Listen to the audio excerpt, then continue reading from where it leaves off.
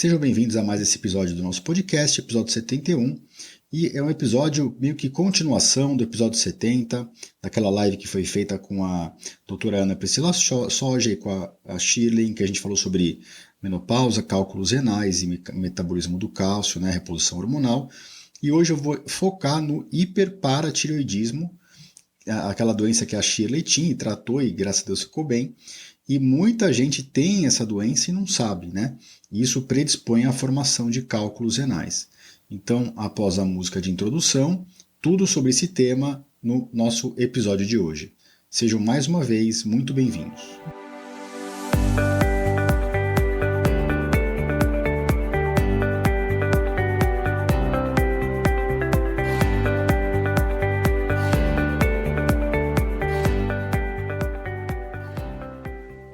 Bem-vindos ao podcast Conversa Aberta com o Urologista. Meu nome é Giovanni Marchini, sou médico urologista formado pela Faculdade de Medicina da USP e serei o anfitrião desse show.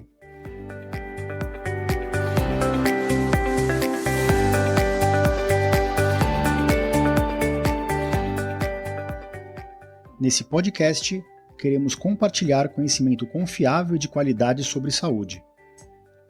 Com um formato único e inovador, e sempre com o foco no paciente, nós vamos esclarecer as suas dúvidas, trazendo todos os ângulos das situações vivenciadas no dia a dia da urologia.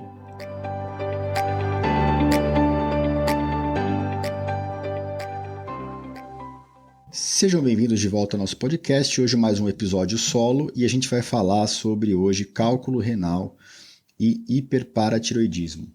Antes de começar o episódio, eu queria dizer que eu estou com a voz um pouco rouca e eu fiquei assim depois de tomar a terceira dose da vacina do Covid. Como profissional de saúde, a vacinação foi liberada agora a terceira dose. Eu tinha tomado a Coronavac, as duas primeiras doses, e como já faz mais de 6 meses, eu consegui tomar a Pfizer agora. Acho importante esse rodízio de vacina, tá? Só para deixar constar aqui, para explicar por que minha voz está assim. E também para dizer que foram semanas de estresse aí com os filhos, o filho com reação alérgica a medicamento. Então todo mundo acha que a vida de médico é regradinha, né? E a gente passa por grandes estresses aí ao longo da vida. E fazia tempo que eu não passava um período de tanto estresse. Tá até difícil de manter a periodicidade aqui do podcast, mas o objetivo maior é informar as pessoas, transformar as pessoas, né, em pessoas mais engajadas no seu próprio tratamento da sua saúde. Então, como o nosso objetivo é maior, a nossa missão é maior, a gente se compromete e vem fazer o episódio mesmo com a voz rouca. O importante é entregar valor, entregar informação, conhecimento e promover essa transformação nas pessoas. E antes de passar para o episódio na íntegra também, eu queria agradecer as pessoas que têm deixado os comentários nas plataformas de podcast. Se você ainda não se subscreveu na plataforma da Apple, é só entrar no Apple Podcast e agora fica no canto superior direito. Você consegue assinar o podcast ali e você recebe semanalmente, né, o episódio da semana. Você pode também entrar pelo Spotify ou qualquer plataforma de podcast que você prefira, ou, sempre lembrando, os episódios estão dentro do meu site. Cada episódio tem uma página específica no www.ourologista.com.br/podcast/episódio 71. Então esse episódio aqui vai ficar no episódio 71 e vocês podem entrar lá, acessar o conteúdo na íntegra, ouvir por lá e deixar comentários, tá? É um prazer responder. Queria agradecer também a todos que têm interagido pelas redes sociais, né? Pelo LinkedIn, pelo Instagram, pelo TikTok, que tem bastante gente que vem seguindo nossos vídeos de cirurgia. É só me procurar por Dr. Giovanni Marchini e você consegue me achar em todas essas redes. Compartilhem o nosso conteúdo com as pessoas que vocês acham que vão tirar valor disso, tá bom? Então, agora que eu já fiz os agradecimentos, como eu sempre faço, vamos passar para o tema de hoje, né?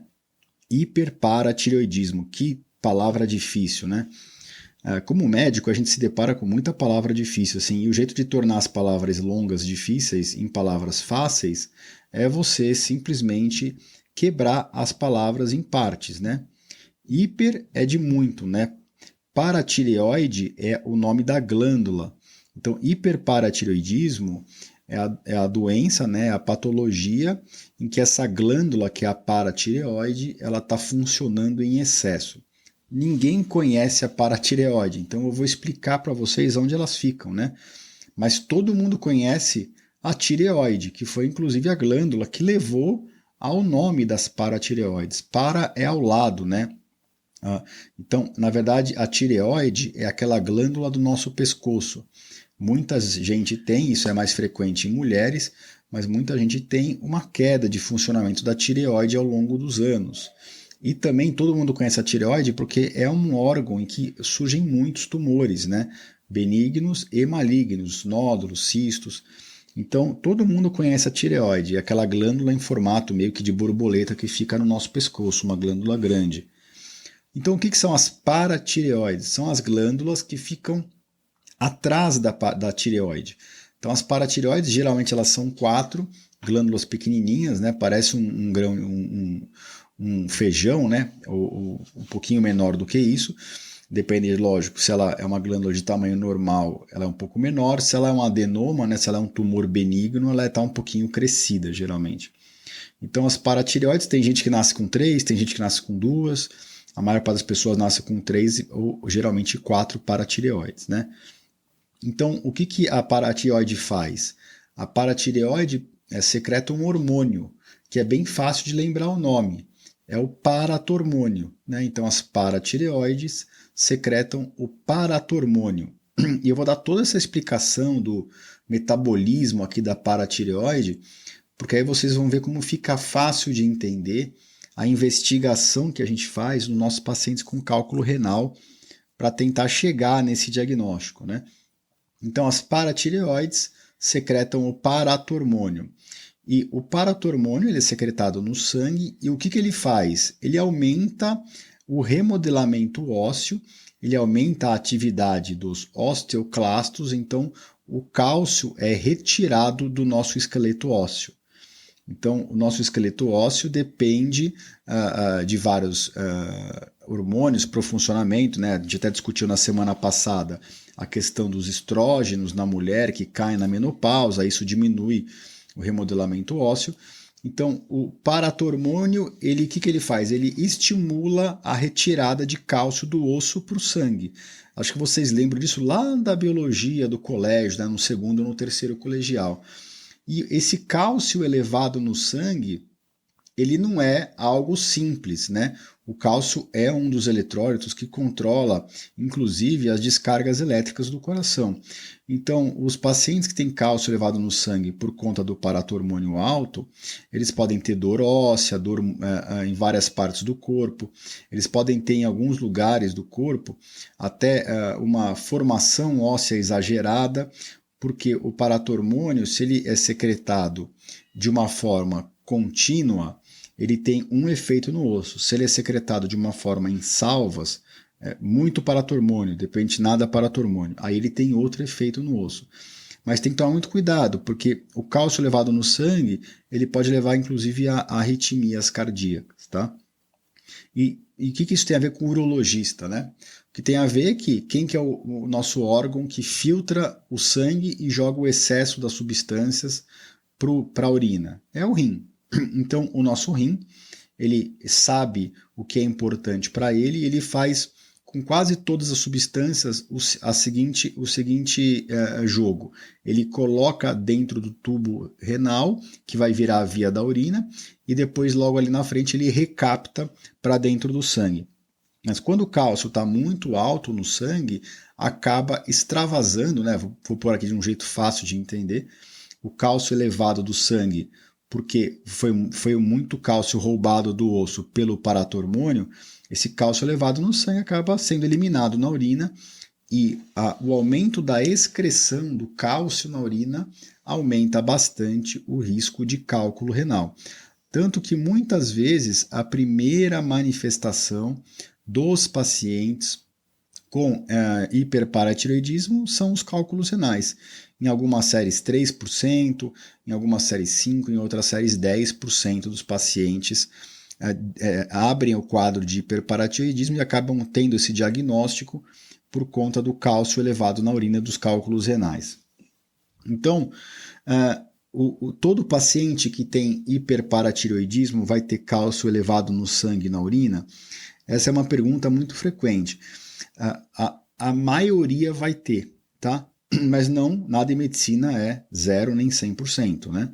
Então, a gente tem de literatura, inclusive tem um trabalho que nós mesmos publicamos no nosso grupo do HC, um trabalho bem extenso que foi publicado numa revista de alto impacto, que mostrou que 85% dos nossos pacientes tinham o cálcio elevado no sangue já na primeira coleta. Mas o hiperparatireoidismo nem sempre a gente mata esse diagnóstico de primeira. Às vezes a gente tem que colher 2, 3 vezes ao longo do ano os exames de sangue e de urina do paciente para chegar ao diagnóstico. E o cálcio na urina? Chega a 60%, 70% dos pacientes com hiperparatireoidismo tem o cálcio elevado na urina. Então, é longe do 100%, mas comparadamente com a população normal, a porcentagem de pacientes com cálcio elevado na urina é bem maior, né? Então, o mais comum no paciente com hiperparatireoidismo é vir o cálcio alto no sangue e o cálcio alto na urina. Como que são os guidelines, né? Então, o paciente tem... Vamos fazer o raciocínio inverso agora, tá? Já que vocês entenderam o que é o paratormônio, o que é a secreção exagerada dele, que leva a roubar cálcio do osso para o sangue e, consequentemente, sai do sangue na urina. Mas isso nem sempre gera esses sintomas que eu falei. Às vezes o paciente simplesmente procura o urologista por cálculos renais de repetição. Os pacientes com hiperparatireoidismo, eles geralmente vêm com um quadro clínico e uma tomografia, um exame de imagem bem florido, bastante pedra nos 2 rins, e aqueles pacientes que têm formação de pedra de repetição, né? Tira a pedra, vai, opera, fica 1, 2 anos sem, volta a ter. E cabe a nós, urologistas, investigarmos esses pacientes que têm cálculo de repetição. O que a gente costuma pedir para esses pacientes? A gente pede exame de sangue, exame de urina. E urina de 24 horas. Eu sempre bato nessa tecla aqui, né?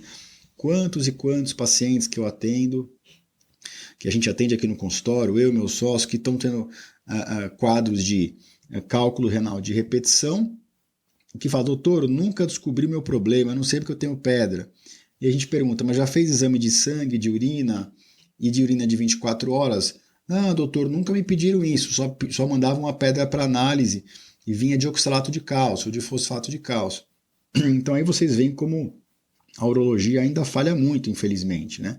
E a gente tem esse podcast, a gente tem dado muitas aulas, palestras e bate muito nessa tecla nos congressos urológicos para que os urologistas peguem em mão e façam essa investigação nos pacientes para não deixar os pacientes terem cálculo de repetição, senão fica só correndo atrás do próprio rabo, tratando a consequência final, que é a pedrinha no rim, não trata a causa na raiz, né? E para esses pacientes que têm hiperparatireoidismo, a gente geralmente já descobre, ou já teve uma grande suspeita nessa primeira bateria de exames. Como é que é aqui no consultório, né? Geralmente, se o paciente me procura aqui com pedrinhas nos 2 rins e ele está sem dor, eu já peço essa investigação de cara, né? Quadros de cálculo renal de repetição. Agora, se o paciente vem recém-operado, está com o duplo J, a gente espera ele tirar o duplo J, espera 4, 5 semanas e aí pede essa investigação toda. A gente até manda as pedrinhas para análise, já discuti isso em outros episódios, não traz muita informação para a gente, pelo modo que é feito isso no Brasil, mas a gente sempre pede exame de sangue e de urina. O que vem no exame de sangue no paciente com hiperparatireoidismo? Geralmente vem o cálcio elevado, acima do valor normal. Eu costumo pedir cálcio e cálcio iônico, os dois costumam vir elevados, tá? Mas, como eu sei que o cálcio, em 10, 15% dos pacientes, mesmo que eles tenham hiperparatireoidismo, o cálcio no sangue virá normal, eu já costumo pedir o PTH de cara. Tá? Isso não está nos guidelines, os guidelines preconizam que primeiro se colhe o cálcio vindo alto no sangue, aí você pede um PTH. Mas eu acho que isso demanda tempo, o paciente gasta tempo fazendo os exames, tempo vindo na consulta, E a gente sabe que tem 10, 15% de falha do cálcio sérico. Então eu costumo pedir os dois já. E o PTH raramente vem normal no sangue no paciente com hiperparatireoidismo, tá? Tá ok. O paciente está com PTH alto no sangue, cálcio alto no sangue. O que eu olho na urina? Eu costumo pedir todos os parâmetros: sódio, cálcio, ácido úrico, citrato, magnésio, potássio, cistina. Mas no paciente com hiperparatireoidismo, o mais comum é o cálcio urinário vir bem alto, geralmente valores bem altos, né? O cálcio urinário de alguns laboratórios, o valor normal é 300, 320 miligrama pelo volume, e geralmente nesses pacientes com hiperpara, às vezes vem 400, 500, 600 miligramas. Então, é um valor que costuma vir bem elevado. Mas lembre-se que eu falei, só 60 a 70% dos pacientes com hiperparatireoidismo têm cálcio urinário elevado.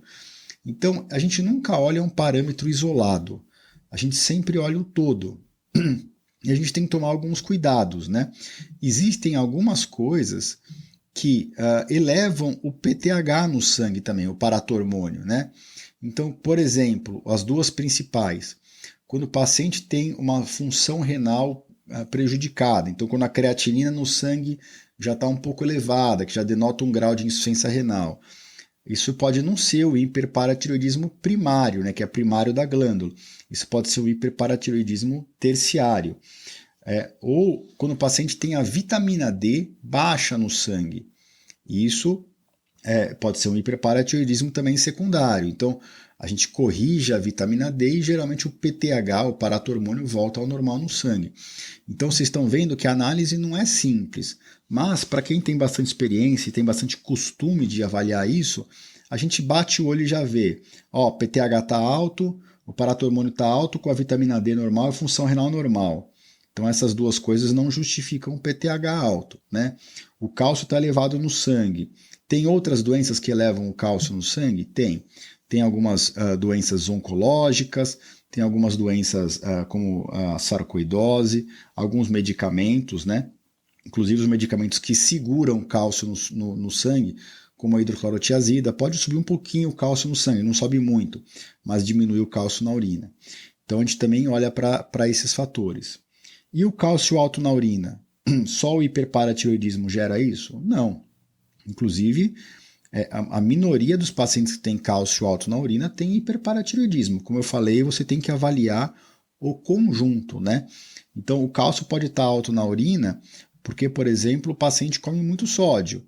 E aí, quando o sal é excretado na urina, o rim é obrigado a jogar o cálcio junto. Então, a gente também olha o cálcio na urina, mas ao mesmo tempo está olhando o sódio ali, ó.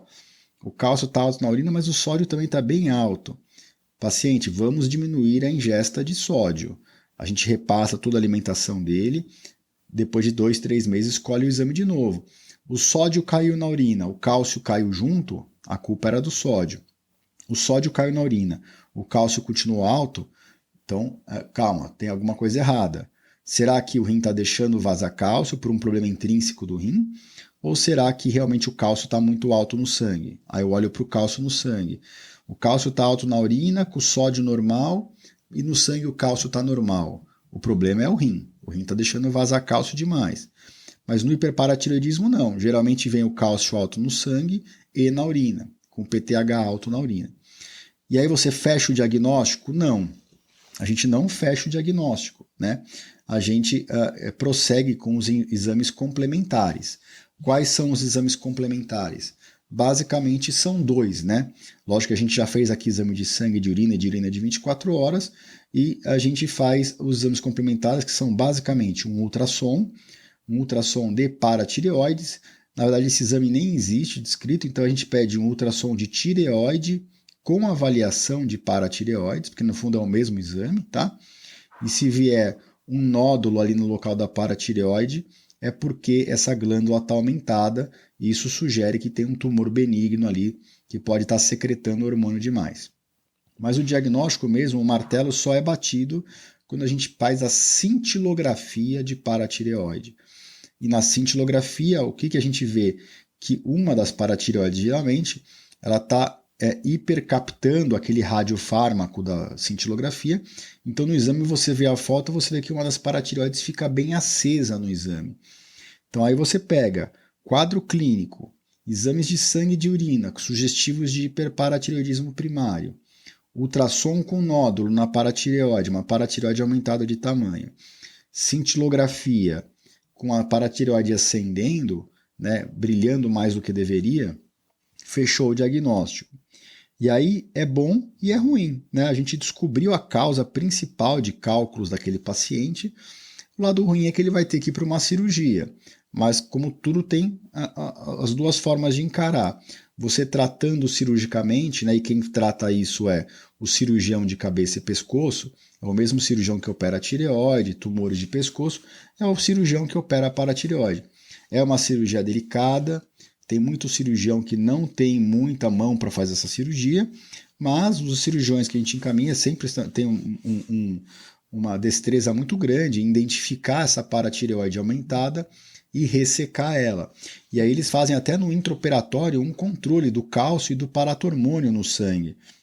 Então o PTH, né, o paratormônio, em quem tem essa doença do hiperparatireoidismo primário muito exacerbada, o PTH chega a 200, 300, 400, né? Enquanto o PTH normal é até 50, 60. E aí eles tiram essa glândula na cirurgia, removem cirurgicamente, geralmente é cirurgia aberta, é tradicional, algumas pessoas fazem com robótica, mas não é algo obrigatório, tá? Vai super bem a cirurgia aberta aqui. E na hora que eles tiram a paratireoide, logo depois eles já dosam o cálcio e o PTH no sangue. E esses dois parâmetros despencam. Tanto que depois da cirurgia, o corpo demora para equilibrar esse metabolismo do PTH e do cálcio, e é muito comum o paciente ter que repor temporariamente, por algumas semanas ou meses ou até anos, repor um pouquinho de cálcio via oral para compensar o cálcio no sangue, que fica muito baixo no começo quando você tira essa glândula, tá? E com o passar do tempo, a pessoa vai se equilibrando. Então, basicamente, esse é o caminho do diagnóstico e da investigação com exames complementares e do tratamento do hiperparatireoidismo primário, né? Tá ok. Depois que tirou a paratireoide, o paciente nunca mais vai formar pedra? Calma, não é bem assim. É importantíssimo acompanhar com o cirurgião de cabeça e pescoço e acompanhar com o urologista. Naquela investigação inicial que eu comentei com vocês de urina de 24 horas, é muito comum nós já fazermos o diagnóstico de outros distúrbios metabólicos. Então, no paciente com hiperparatireoidismo, a gente sabe que o peso maior ali é corrigir o metabolismo do cálcio através da normalização do paratormônio. Isso é feito através da cirurgia de retirada da glândula. Mas a gente não pode esquecer que os pacientes muito comumente têm outros potenciais facilitadores da formação de cálculo. Então, no nosso trabalho do HC, a gente viu que 65% dos pacientes urinavam um volume urinário extremamente baixo. Então, independente de ter metabolismo do cálcio alterado ou não, se a gente não corrigir isso, provavelmente esses pacientes vão continuar formando pedra, tá? Outro dado interessante é que mais de 30% dos pacientes tinham hipocitratura. O citrato urinário, que é o inibidor das pedras, era baixo. Então, se a gente não corrigir isso, o paciente que tem esses inibidores dos cálculos em níveis baixos na urina, ele muito provavelmente vai voltar a formar pedra.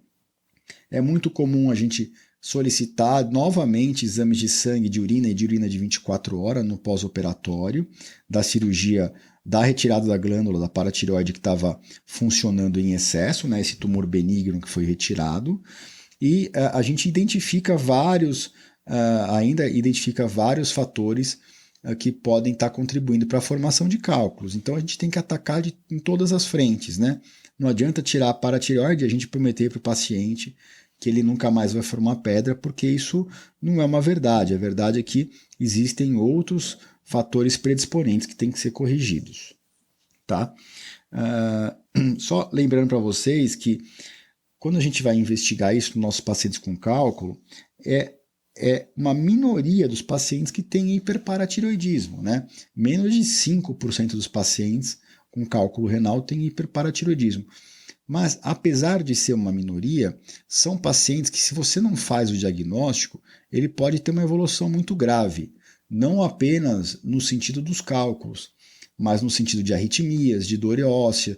A gente sabe até de pacientes que desenvolvem tumores ósseos, né? Um tumor que chama tumor marrom, por essa secreção exagerada e intermitente do paratormônio pela paratireoide que está funcionando em excesso. Então é importantíssimo, eu faço o rastreamento do hiperparatireoidismo primário em todos os meus pacientes com cálculo, porque não é um exame caro e o paciente já vai fazer exame de sangue, de urina de 24 horas para investigar o que está acontecendo no quadro dele. Então eu sempre falo, olha, pode ser que falo para o paciente, né, pode ser que você tenha uma doença hormonal e esse hiperparatireoidismo primário, tem vários estudos que mostram que ele pode vir de uma predisposição genética, tá? Existem outras doenças genéticas mais raras e mais graves, até como a cistinúria, né, ou a hiperoxalúria, mas a gente sempre faz, e eu falo para o paciente que a gente vai fazer esse screening, né, esse rastreamento neles para descartar essas causas raras, porém graves e que demandam um tratamento diferenciado, né? Não adianta eu mandar o paciente com hiperparatireoidismo primário tomar muita água e ele não tratar a paratireoide dele. Vai formar pedra de novo, não tem jeito. E pode ter as complicações no organismo e da cardíaca que eu comentei aqui com vocês. Tá ok? Eu espero que vocês fiquem com algumas dúvidas e tragam essas dúvidas para a gente nas redes sociais, dentro das plataformas de podcast. Lembrando que sempre é um prazer estar aqui com vocês, é por vocês que nós estamos aqui. E eu fiz questão de trazer, até o meu pai me convenceu a fazer esse episódio, falou, olha, no último episódio acho que faltou você dar uma resumida sobre hiperparatireoidismo, eu expliquei que realmente eu queria fazer um episódio separado para isso, né, porque o hiperparatireoidismo não é algo específico de quem está na menopausa, a faixa etária é parecido, é mais frequente nas mulheres, mas não é algo exclusivo, de vez em quando a gente faz o diagnóstico em homens também. Então, eu queria agradecer aí o apoio que meu pai tem me dado no podcast, acho que ele é um dos ouvintes mais assíduos, e se vocês conhecem pessoas que formam pedra de repetição e que nunca investigaram hiperparatireoidismo, enviem para elas esse episódio, né, e espero que isso ajude elas a levar a um diagnóstico caso ele exista. Tá ok?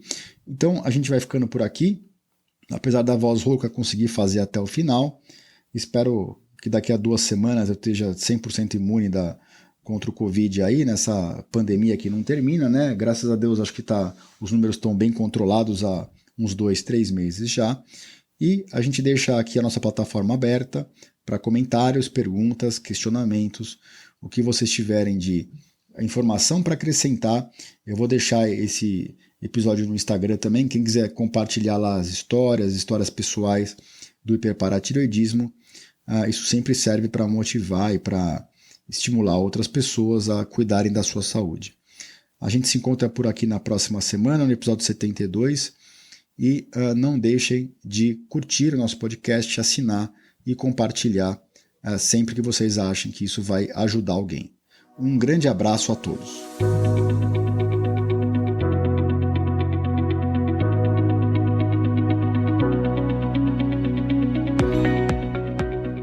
Você ouviu a mais um episódio do podcast Conversa Aberta com o Urologista. Mais uma vez, obrigado e até o próximo.